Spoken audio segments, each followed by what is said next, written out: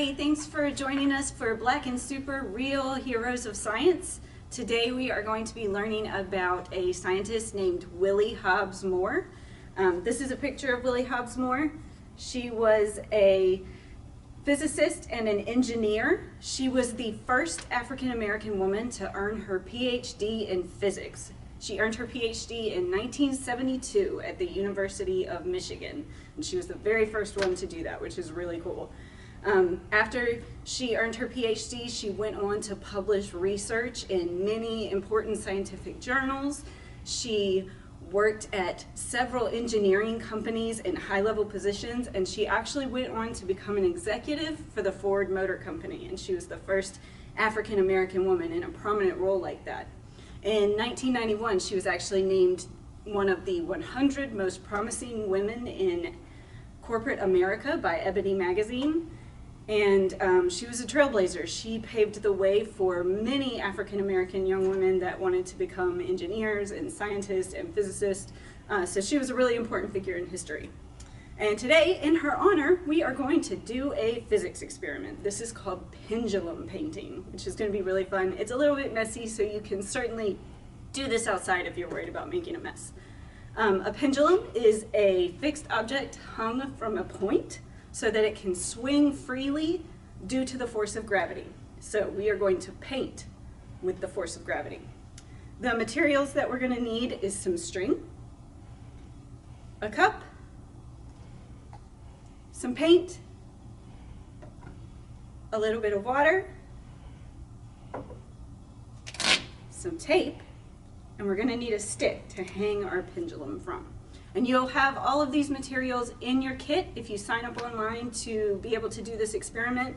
We will provide all the materials for you, so make sure you sign up online. All right, let's get started.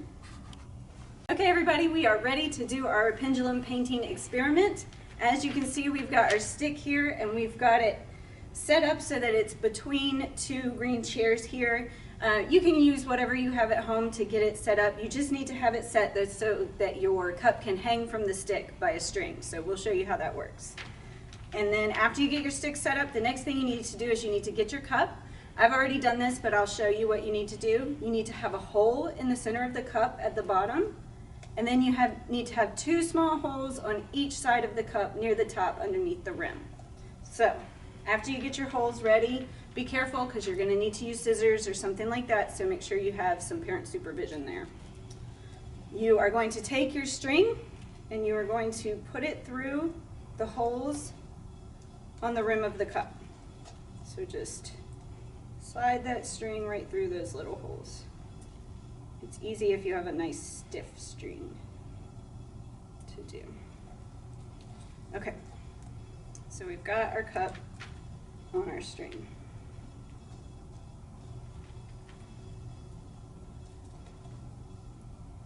My string is all curled up, but don't worry, once you put the paint in the cup, it will weigh it down and it will be fine.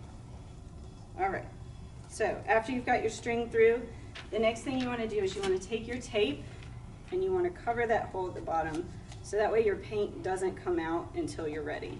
So just kind of press that down on the bottom so you're all set to put paint in your cup. Now we are going to take our cup and we are going to tie it so that it's hanging from our stick. And you can kind of adjust it so that it hangs as long as you need it to hang, so that way it's not too long or too short. You can just tie any kind of knot. Okay, now we are going to take our paint and we're going to pour some of our paint into the cup. Just enough to make some cool art. And then we're going to take a little bit of our water because we want our paint to be thin enough to really come out.